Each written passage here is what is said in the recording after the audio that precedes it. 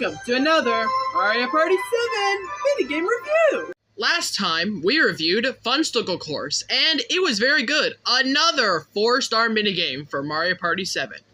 Nice. For today's review, we have another free-for-all minigame, this one being called Fun Run. So let's get to the review.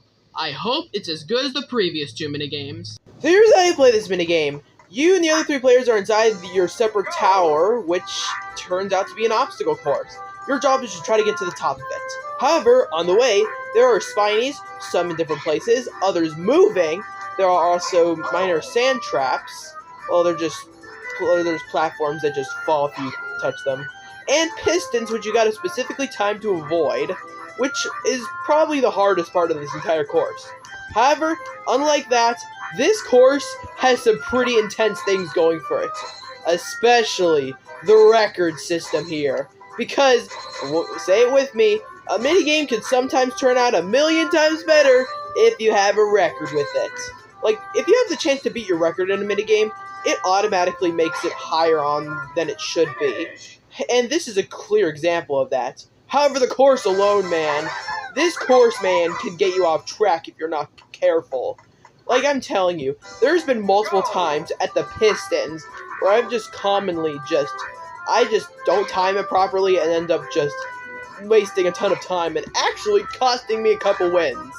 Like, I'm telling you, this minigame wants you to rush so hard, and it clearly shows, but also time it out carefully. Like, it's a partial mix of just simply like going as fast as you can and taking your time.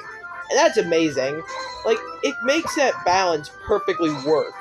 Like, the pistons, like, they can force you to go as fast as you can, however, can catch you off at other points.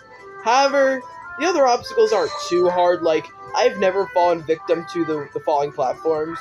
Although the spinies I've hit definitely a couple of times because I always jump at pretty much every single one of them. However, this minigame's intensity factor is really what truly makes this minigame shine, and I love it! Like, I'm telling you, like, this minigame can easily compete with some of Mario Party 6's best. Like, it is that good. Like, I'm telling you, I just can't stress enough of how excited I am every time this minigame comes up on the board. Like, I usually just holler, man.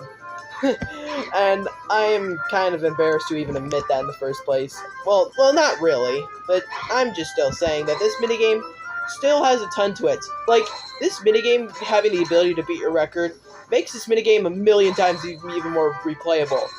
What would be better, this or Lift Leapers? I honestly don't know, but I will immediately say that this minigame is truly amazing, and probably I have yabbered on for this minigame longer than I should have.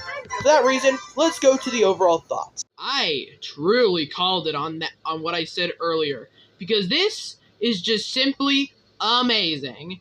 Well, the course really doesn't change at all at most points. However, it's just the challenge that perfectly makes it work. Like, there are spinies that are kind of easy, the sand traps that are kind of easy. The pistons, though, they've gotten me multiple times, and yeah, I will admit that. Because, well, they can be unpredictable, and you have to wait slightly, and also this minigame could just make it easy to make you just simply, I don't know, well, just make you go very fast. That's really all I could say.